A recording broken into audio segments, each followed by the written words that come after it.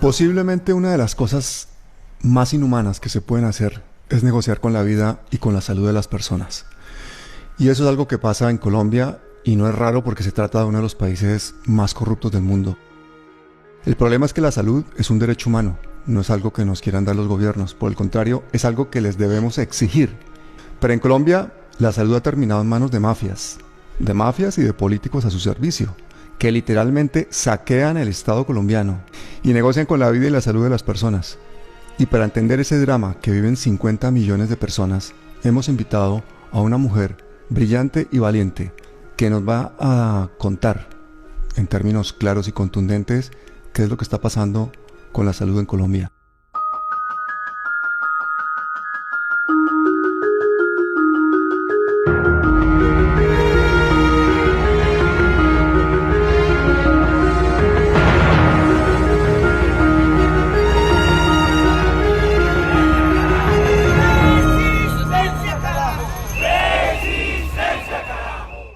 Doctora Carolina Corcho, es un placer tenerte aquí. Muchas gracias, Pablo, por esta invitación para hablar este tema que constituye, digamos, la causa de nuestra vida. Cuéntame cuál es fundamentalmente el problema de la salud en Colombia.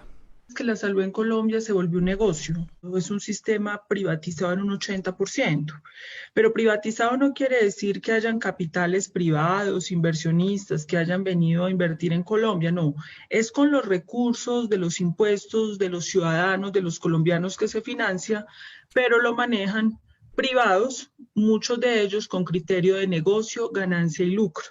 Eso nos ha costado una pérdida enorme de vidas porque este sistema no privilegia el derecho fundamental a la salud y la vida de los colombianos. Es decir, es un sistema en manos de privados, pero con fondos públicos. Completamente. La financiación del sistema de salud es por los aportes de los trabajadores y por los aportes de los impuestos de los ciudadanos del país. Los capitales privados son ínfimos o casi inexistentes. Pero eso es un sistema muy perverso, porque entonces es un negocio. ¿Y quiénes son los dueños de ese negocio? Los dueños de ese negocio son unos particulares que se han lucrado. Los particulares que más usufructúan en el negocio es el sector financiero.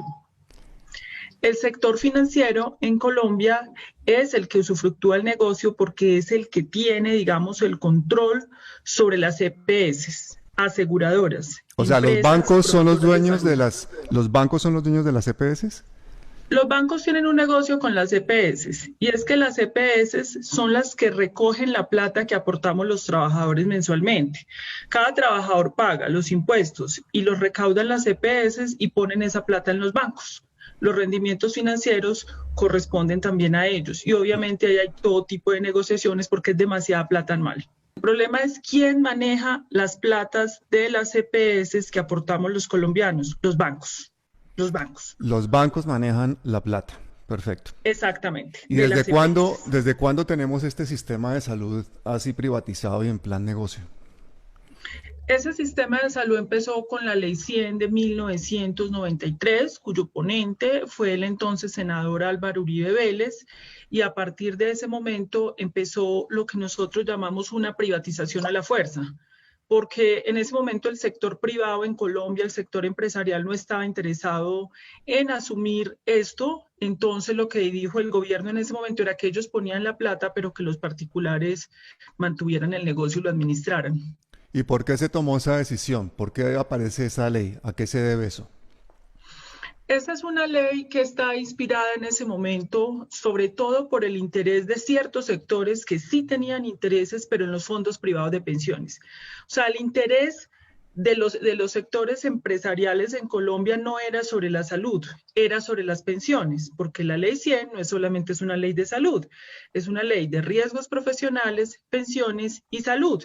El interés era los fondos privados de pensiones, como lo hizo Pinochet en Chile, pero finalmente terminaron forzando que se privatizara la salud, aún en contra del propio sector privado. Concretamente, ¿a qué intereses financieros representaba Álvaro Uribe cuando hizo esta ley 100 o presentó esta ley 100? En el momento en que él hizo la ley 100, los intereses, como te digo, eran de los fondos privados de pensiones, donde está el sector financiero, donde está el Grupo Aval y donde está el Grupo Empresarial Antioqueño. efectivamente.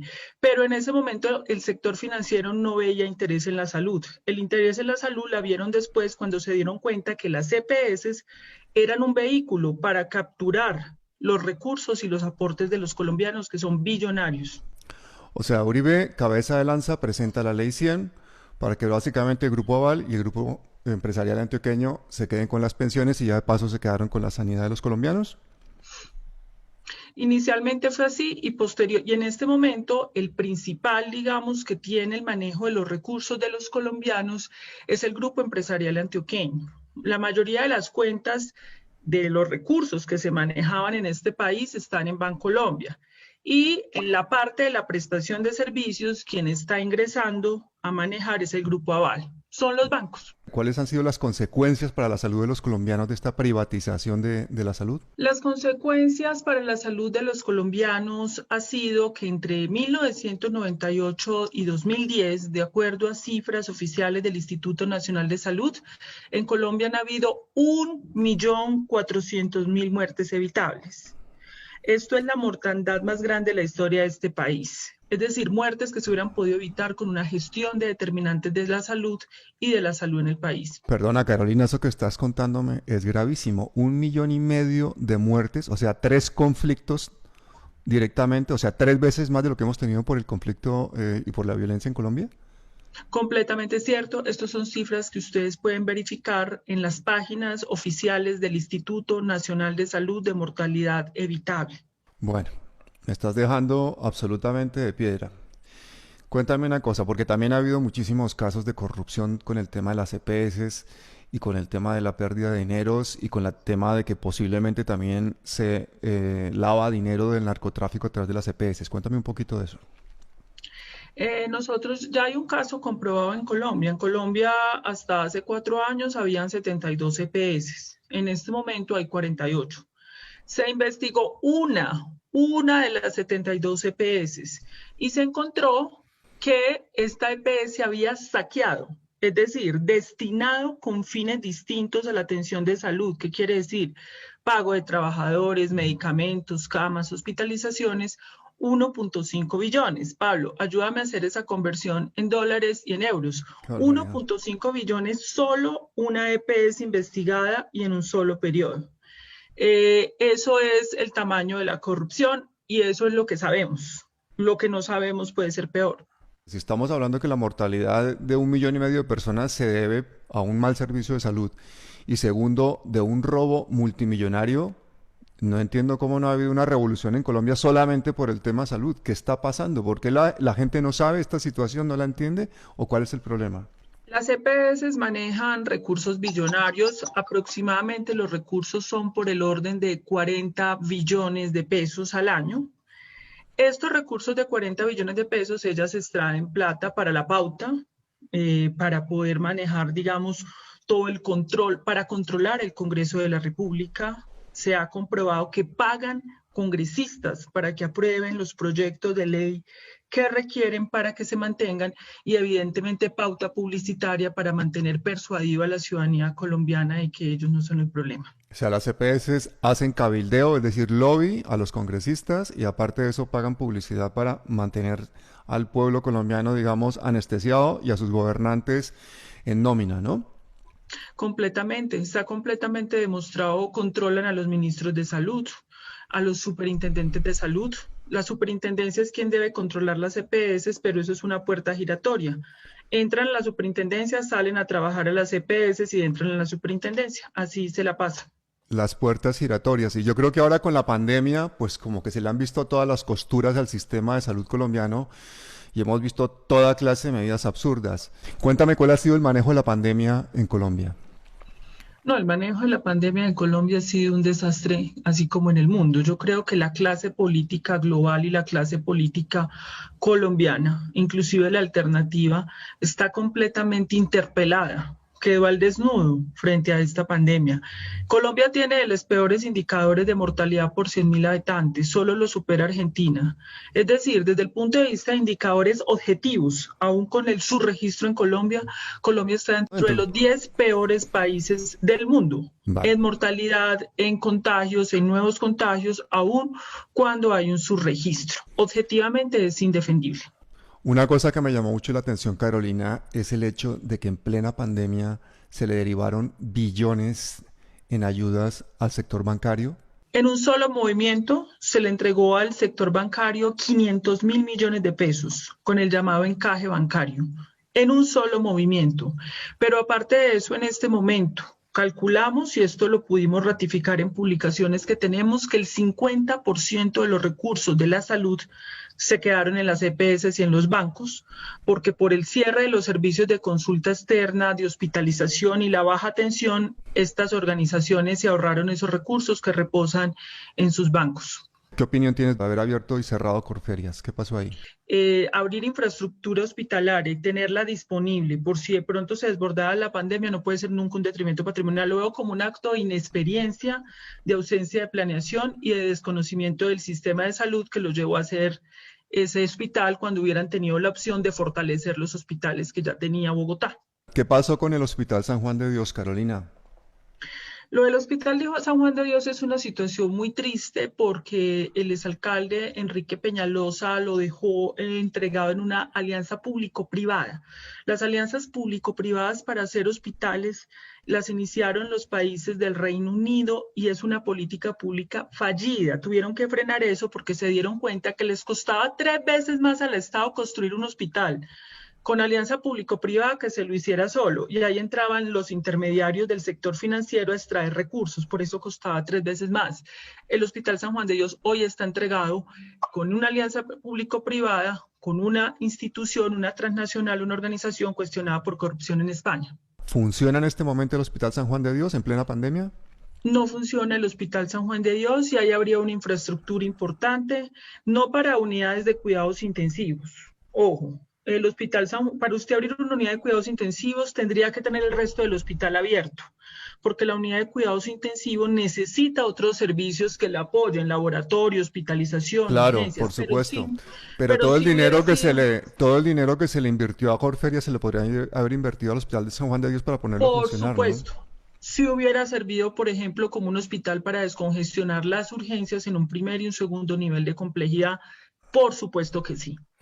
¿Qué opinas tú del tema de las cuarentenas inteligentes, las cuarentenas focalizadas, todo este tipo de cuarentenas que se ha inventado el gobierno de Colombia, el día sin IVA? ¿Cuál ha sido el manejo epidemiológico de la cuarentena en Colombia? La cuarentena inicial que se hizo en Colombia fue solicitada por nosotros, por las agremiaciones médico-científicas, porque Colombia no quería ingresar en eso, y por los alcaldes y los gobiernos locales. Era una cuarentena para fortalecer el sistema de salud. El gobierno prometió que iba a invertir 7 billones de pesos en el sistema de salud y hasta ese momento solamente había invertido 0.9 billones de pesos. Luego no fortaleció el sistema de salud. Pero esa cuarentena la levantó muy rápidamente y en junio ya todos estábamos en las calles con 42 excepciones de cuarentena. Luego estábamos todos en las calles. Y finalmente el gobierno con las mayorías del Congreso negaron la propuesta más importante en Colombia para hacer posible la cuarentena. Y era la propuesta de renta básica extraordinaria para que los ciudadanos no se asfixiaran económicamente y pudieran estar en sus casas. Esto fue lo que ocurrió el año pasado, donde el gobierno colombiano y la mayoría del Congreso negaron esa propuesta. Yo en marzo y en abril hice 2 vídeos aquí desde España cuando estábamos en plena mortalidad brutal de la pandemia. En uno de ellos vaticiné lo que iba a pasar en Colombia, los invito a que lo vean. Y en el otro le hice una solicitud a los grandes poderes financieros colombianos, entre ellos a Luis Carlos Sarmiento Angulo, para que le permitieran a los colombianos una renta básica mínima, unas ayudas sociales mínimas para poder hacer una cuarentena. Porque una epidemia no se trata poniendo respiradores y viendo pacientes en las UV, sino previniendo. Y desafortunadamente en un país en el que hay una desigualdad brutal como es Colombia, y en el cual hay una concentración del poder y de la riqueza, pues la gente tiene que salir a buscarse la comida, y esto impide hacer una cuarentena. No se hizo y estas son las consecuencias, las estamos viviendo hoy en día. Pero tiene mucho que decir el gremio médico y quiero que me cuentes una cosa, Carolina. Yo creo que me he equivocado en lo que he leído, pero es verdad que el 80% de los médicos colombianos no tienen un contrato en condiciones. Completamente. Las condiciones de contratación de un médico en Colombia son absolutamente precarias. Yo le explicaba a los congresistas de este país que a nosotros nos contratan a destajo, es decir, es como si a un juez de la República se le contratara y se le pagara por tutela fallada, o como si a un congresista se le pagara por hora de que hablara. Así nos pagan a los médicos. Muchos tenemos que ir a trabajar, si el paciente no llega, no pagan, y si el paciente llega, pues lo pagan, igual tenemos que estar cumpliendo el horario. Esas son las condiciones deplorables. Muchos intensivistas, por ejemplo, están por prestación de servicios, se incapacitan. Para poder cumplir su incapacidad, se van para sus casas, les suspenden su contrato, tiene que estar supliendo de sí mismo, pero sin ninguna seguridad social, pensión, ni nada de estos derechos a los que podría tener acceso un trabajador. ¿Cómo ha llegado el gremio de la salud en Colombia a este grado de indignidad? ¿Qué ha pasado con los sindicatos médicos? ¿Cuáles han sido las capacidades de reivindicación de sus derechos? Es que cuando empezó la Ley 100, el primer golpe que asestó la Ley 100 fue al personal de la salud, fue la precarización, porque los trabajadores podían ser un sujeto político de resistencia frente a ese nuevo modelo de negocio que montaron en Colombia. Lo único que sobrevivió a nivel sindical fue el seguro social con las MEAS, pero posteriormente en el gobierno también del doctor Álvaro Uribe Vélez procedieron a hacer liquidación de lo que fue el principal agencia de seguros. Obviamente lo marchitaron previamente, pusieron varios administradores para recargarlo, toda una campaña de propaganda frente al país para mostrarlo ineficaz y por esa vía terminaron de marchitar el sindicalismo médico. Yo quisiera preguntarte, porque he visto en algunas de las manifestaciones del año 2019 con motivo de los homenajes a los líderes sociales asesinados, he visto varios colectivos de personal sanitario asesinado en los últimos años. ¿Sabes algo de eso? Completamente. Hubo una época donde sobre todo un sindicato llamado ANTOC, que aglutina un gran número de trabajadores de la salud, es el que más trabajadores de la salud y sindicalistas ha perdido por la vía de la toma de sectores paramilitares de la salud en Colombia, que eso fue ampliamente conocido de cómo el paramilitarismo empezó a manejar una parte del sector salud. Entonces, por esa vía fue arrasado parte del liderazgo social sindical de la salud en Colombia. Nosotros como trabajadores de la salud, en la implementación del modelo neoliberal de la Ley 100, hemos sido víctimas de diferentes formas. Por un lado, en el rechazo a estas políticas neoliberales de convertir la salud en una mercancía, hemos confrontado el modelo y hemos obtenido una represión por parte del Estado que se expresa de diferentes maneras. Hasta el momento nosotros contamos con 493 dirigentes y activistas sindicales amenazados, tenemos 112 asesinados, tenemos 47 personas exiliadas y dentro de eso tenemos un número considerable de personas desaparecidas. Bueno, Jorge Prieto es un compañero que era presidente de ANTOC departamental Arauca, el sindicato de la salud. El compañero fue amenazado, estuvo exiliado en Caño Seco, un corregimiento de Sarabé en Arauca, y un día el Ejército Nacional llegó y vilmente lo asesinó con 2 compañeros más. Asesinaron al presidente de Asojuntas y a un profesor. Los asesinaron vilmente, los hicieron acostar boca abajo y les pegaron un tiro a cada uno. Afortunadamente hubo una testigo que fue la que pudo relatar los hechos y es la hora que el Ejército Nacional no ha sido capaz de pedir disculpas por el asesinato que cometió. Carmen Emilia era una compañera dirigente de ANTOC Cartago, era la presidenta en su momento y fue asesinada a manos de paramilitares saliendo de su trabajo. Han perdido su vida por la defensa de los derechos de los trabajadores de la salud, la defensa de las instituciones públicas y los recursos públicos.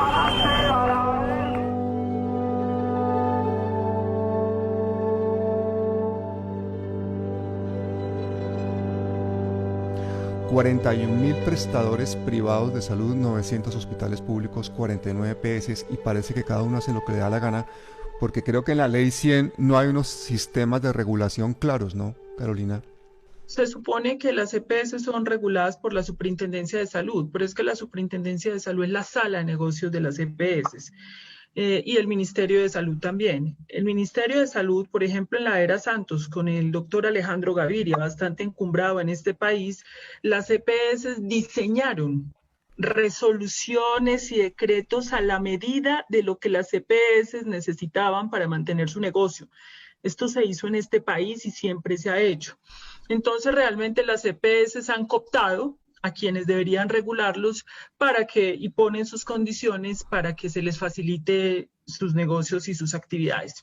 Y creo que además se quieren hacer todavía con más poder, con más dominio, con el proyecto 010, ¿no? En el cual se pretende crear un oligopolio de EPS. Cuéntanos un poco cómo es eso del proyecto de la ley 010.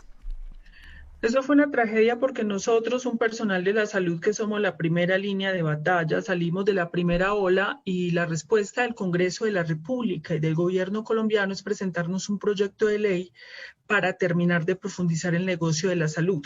Eso fue lo que hicieron entre la primera ola y la segunda ola. Eso generó una movilización en Colombia y en este momento ese proyecto de ley está suspendido, enredado en el Congreso, pero sigue vivo y pretenden fortalecer las EPS con un oligopolio y resolver el problema que no han podido resolver. Y es que esos recursos, esa plata que aportamos los trabajadores y los ciudadanos se les reconozca legalmente como recursos propios y no como recursos públicos de la salud. Eso es lo que busca ese proyecto de ley. ¿Y qué hacen los colombianos? ¿Cómo protestan los colombianos contra estos abusos, contra esta mala atención que dan las EPS y las IPS? En Colombia se están poniendo el último año 220.000 tutelando el derecho fundamental a la salud. El 75% solicitando medicamentos elementales, un antibiótico, cosas elementales que tendría que estar entregando el sistema. Lo que dicen los gobiernos colombianos y la tecnocracia del gobierno es que son muchos más la gente que se atiende que lo que se deja de atender. Pero es que 220.000 tutelas implican 220.000 vidas que están en riesgo anualmente en Colombia. 220.000 personas que van a perder su calidad de vida, que van a quedar sin un ojo, sin un órgano. Eso es realmente un asunto demasiado grave en Colombia. Yo creo que este es el principal problema de la vida en Colombia. Bueno, pues la ley 100 no es solo la privatización de la salud, porque no se pone capital privado, simplemente se le pasó la administración de un recurso público a particulares que intentan ganar todo el dinero que pueden con ello, y pues esos particulares son ni más ni menos que los señores de los bancos que realmente saben qué hacer con el dinero. Pero he escuchado más cosas últimamente respecto a la salud, que se ha hecho un manejo de la pandemia, por ejemplo, por decreto presidencial, que se han saltado los controles en el Congreso. Cuéntame un poco de esto. Evidentemente, en este momento el país está casi que en una suspensión de su democracia. El Congreso de la República solo funciona para apoyar el gobierno contra el pueblo colombiano. Por ejemplo, funcionó para negar la renta básica, funcionó para presentar el proyecto de 010 para seguir fortaleciendo el negocio de la salud, pero en el Congreso de la República no hay ningún control político, es el único Congreso de la República del mundo que trabaja virtualmente, pero trabaja virtualmente para unirse con el gobierno colombiano contra la ciudadanía. Pero además, los otros elementos de control, la Contraloría, la Procuraduría, hacen acciones importantes que reconocemos, pero no han habido todavía sanciones ejemplarizantes. Las Cortes están haciendo también su trabajo, pero están haciendo un control muy formal. Todavía no hay fallos de fondo que sancionen. Entonces, en este momento estamos en manos de un gobierno que trabaja por decreto. Carolina, vaya panorama más desolador que nos has dado de la salud en Colombia. Y hablando de alguien con tanta experiencia, pues estamos hablando de palabras mayores. Tu nombre ha sonado como posible ministra de Salud en el caso de que Gustavo Petro termine siendo presidente de Colombia. ¿Cuáles serían las 5 medidas que tomarías tú más urgentes? Lo que mi nombre sonó, sí, eso fue un momento de reconocimiento muy importante a mi trabajo desde la sociedad civil. Pero las 5 medidas más importantes que de entrada podría hacer un ministro sin pasar por el Congreso de la República es el control de los manejos de los recursos públicos de la salud, la instauración del giro directo de los recursos hacia los prestadores y los trabajadores de la salud que los necesitan. O sea, tú acabarías con las EPS. El giro directo es una figura que ya existe. El giro directo ya existe. Es simplemente ampliar y universalizar el giro directo. Hay un hueco en este momento de 15 billones de pesos de la salud en Colombia. Ese es el hueco que hay en este momento que nadie sabe. La segunda medida que inmediatamente se tendría que tomar en Colombia es un sistema de información público en línea unitario de todo el sistema. Habría que conseguirlo. Si el sector financiero puede controlar todos los movimientos mínimos de 20.000 pesos o 30.000 pesos, que usted vaya a sacar en un cajero, todo el país lo supo, Data Crédito lo supo, pues tendríamos que tener la capacidad de tener un sistema de información del sistema de salud para empezar a tener un debate serio, empírico, y no continuar con un debate propagandístico e ideológico con los voceros de la Ley 100. Esa sería una segunda medida. Una tercera medida es empezar a buscar un acuerdo de formalización de los trabajadores de la salud en Colombia, tanto en el sector público como en el sector privado. El cuarto asunto que habría que hacer es empezar a diseñar con el Congreso de la República un proyecto de ley que reforme la salud en Colombia, que garantice el derecho fundamental a la salud de acuerdo a un marco constitucional que ya existe, que es la Ley Estatutaria en Salud. Pero además, también lo que habría que hacer ya mismo es a cargo del Ministerio de Salud y las Secretarías de Salud empezar otra vez a reactivar un sistema de atención primaria en salud, de salud pública, de salud preventiva que desmontaron en Colombia las EPS y la Ley 100. Esos serían 5 asuntos perfectamente viables. Pues los seres humanos tenemos derecho a una vida digna, a la libertad, a que no se nos discrimine por razón de nuestra raza, de nuestro sexo, de nuestra política o de nuestra religión. Tenemos derecho a la seguridad personal, a que se nos escuche, a que no se nos juzgue si no es con justicia, pero ante todo a la vida. Y eso es algo que en un país como Colombia, con la salud en manos de mercaderes, pues no se cumple, y constituye una violación de los derechos humanos más básicos, y es algo que los colombianos deben impedir, y la única forma es cambiar totalmente el sistema actual y quienes lo manipulan. Una tarea que empieza por elegir bien a sus líderes y asegurarse de que van a estar muy controlados, para que la salud no sea un mercado, para que el hospital no sea un negocio y para que los pacientes dejen de ser clientes. Carolina Corcho, ha sido un placer. Muchísimas gracias. Muchísimas gracias, Pablo, por esta entrevista y ojalá nos ayudes a hacer una gran pedagogía que la necesitamos. De verdad que sí. En un mundo ideal, tú serías ministra de Salud en Colombia. Muchas gracias. En un mundo ideal, sí, así es. Pero bueno, hay que seguir soñando, hay que seguir planteando la utopía y la alternativa. Resistir. Y resistir.